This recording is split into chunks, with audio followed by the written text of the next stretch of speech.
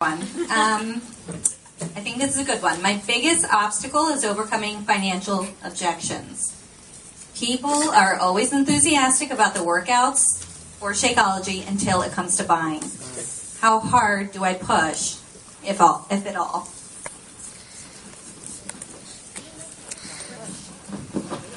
It's not about pushing. You are not selling a product. You are sharing it with people who need it. If they don't want it, find someone who does. I don't push Shakeology. I don't sell Shakeology. I don't sell PNEX. I don't sell Turbo Fire. I am looking for people who are looking for me. Bottom line. When I walk into a gym, I teach group exercise, like I said, and I present in fitness conferences. I don't walk in looking for someone to sell a product to.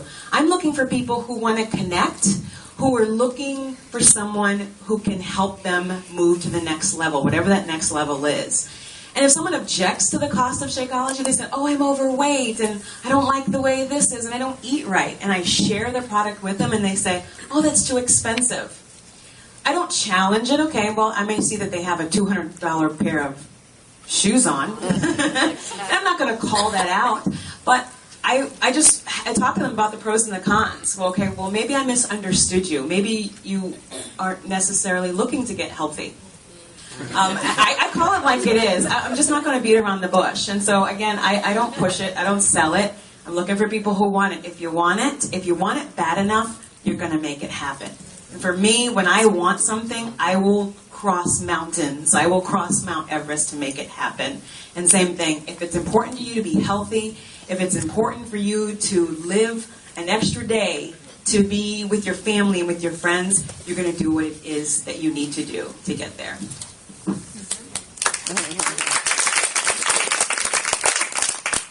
And just to build on that, when the objection does come up, even when people want to become coaches or want to get started on Shakeology, people want to know how much it costs.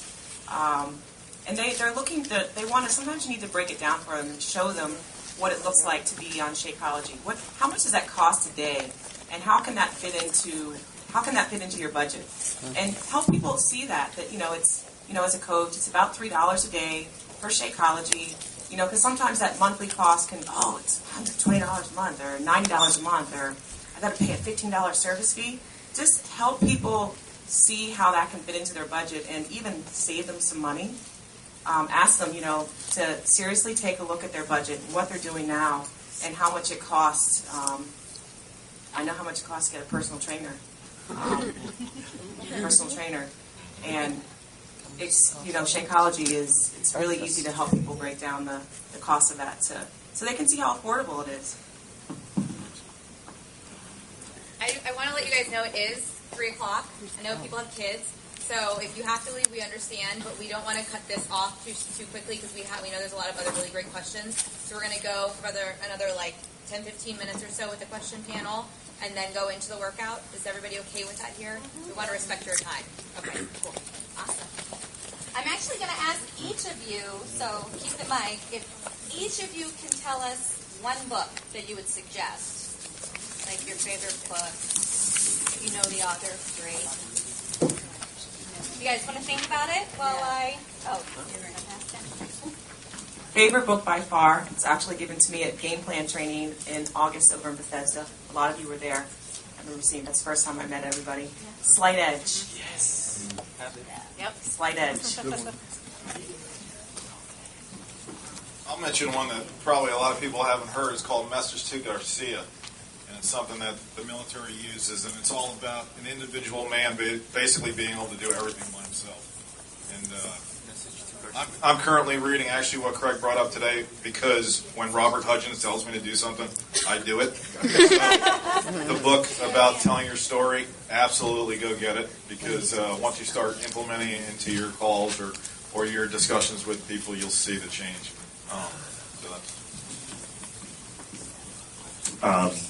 I think the one that I revisit is the one that Christina had made mention of, the Slight Edge. I'm kind of thinking about another book that was also in there. I'm trying to remember the author as well. think it's a John Maxwell books. I think it's something that was mentioned earlier today.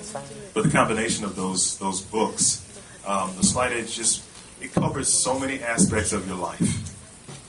If you just take a look at it, it's almost like from day one, it's like, wow, why didn't anyone show that to me? And that's the kind of book that I start reading with my teenagers as well. So they can start making some decisions on their lives, and it just impacts so many things.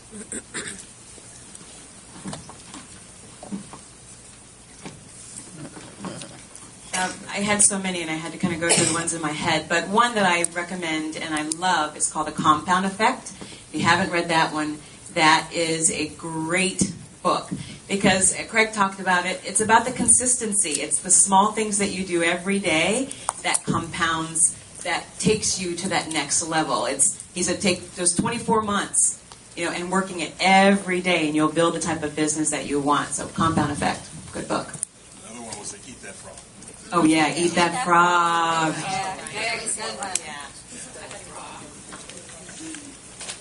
This is actually another one that I would love to hear quickly from each of you. How often do you communicate with your active, meaning active in the business, downline coaches? Do you have a general rule of thumb? Weekly, bi-weekly, monthly? Personal sponsor Never. or the whole? Personal sponsor. Personally sponsored, but if you have something else to share. As often as they like, as often as they're willing to engage. I'm always available. My coaches, they know that, via text or by phone. We do our weekly calls, and I commit to that. Whether I have one person on there or nobody on my call, I'm there every week to that. And so my coaches know that. And so those coaches that want to move forward and are willing to really work their business know that they can contact me anytime. And I get so many people say, oh, you're so busy. I know you have 2 kids and you have this and you have that. But they know I'm going to be there for them. So as often as they need me to be. I would say, as a general rule of thumb, and I work with a lot of my coaches in depth too, not just my personally sponsored. I like to touch base with my coaches at least every other day. Those who are really, really serious about their business, and they all know that. Of course, they know I'm busy, but they all have my cell phone number. Everybody in my business has my cell phone number. Everyone in their downline. Make sure I touch base with every single coach in the business at least once a week. But they do have my phone, and they text me, call me anytime, whenever they need some help. So. I expect, and I know that's pretty hard terminology for some people, but I expect to hear from my personal coaches every single week. They know it because I've already told them, and then when they don't talk to me and I don't know what's going on, I call them. So that's my expectation with my personal sponsors. However, my vision goes well beyond my personal sponsor coaches. And on my weekly calls that I host a webinar weekly, and I tell my downline, hey, you want time with me, call me. Let's talk about what's going on.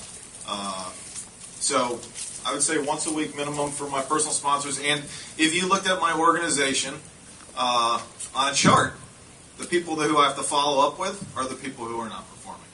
So it's a very simplistic system when you set that tone from the beginning of the whole, hey, we're running a business kind of deal, and kind of set your expectations. And then, more importantly, you go and support them in everything that you told them you were going to support them in. You know what? They're going to call you, and they're going to keep you on track. So It's pretty consistent as well. Once a week. Try to also schedule your time around that as well.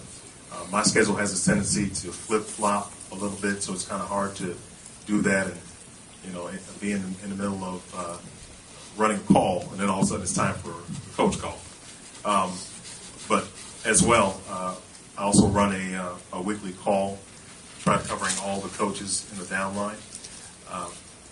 But at the same time, growing and learning your coaches about giving them an assignment and charting that assignment along the way, what you're doing to help that coach grow, giving them challenges, because they can talk sociably with anybody. They can get on Facebook and talk sociably with anybody, and you'll see it.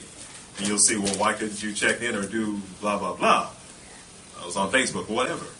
Challenge them to sharpen up their tool as well, their schedule.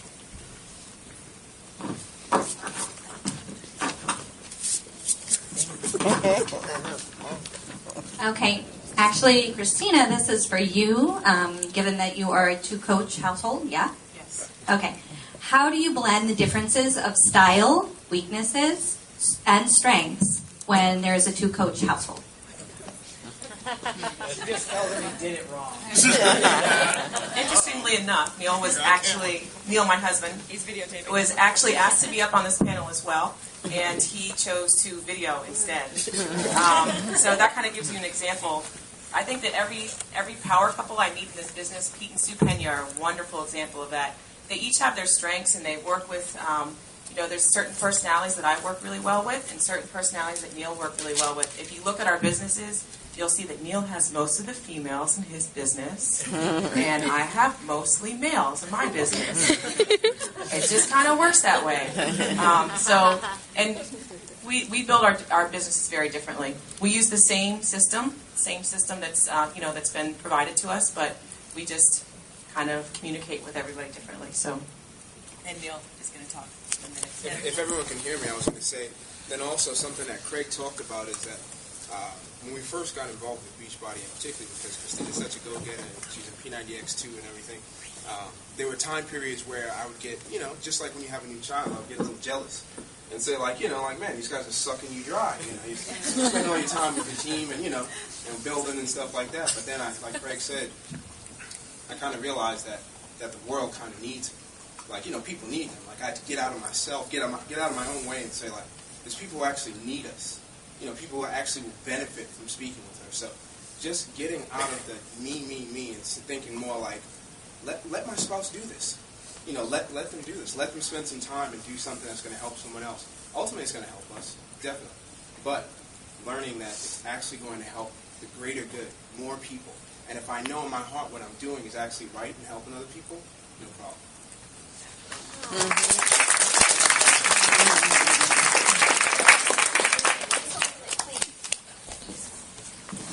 I wanted to speak on this as well. My husband is one of my coaches. He's one of my Emerald coaches. And I wanted to kind of touch on the other piece. He's very supportive, but he's not as actively in the business as you see. He's not here. He's actually watching the kids because we couldn't get a babysitter. But he's super supportive of what I do, and he is supportive of what Beachbody has to offer. But he's not comfortable. He's not comfortable necessarily sharing the business with people.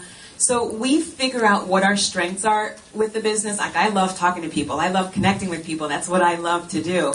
So he may find people that are interested. He's better with the kind of the ins and outs of kind of documents and making sure websites and stuff are good.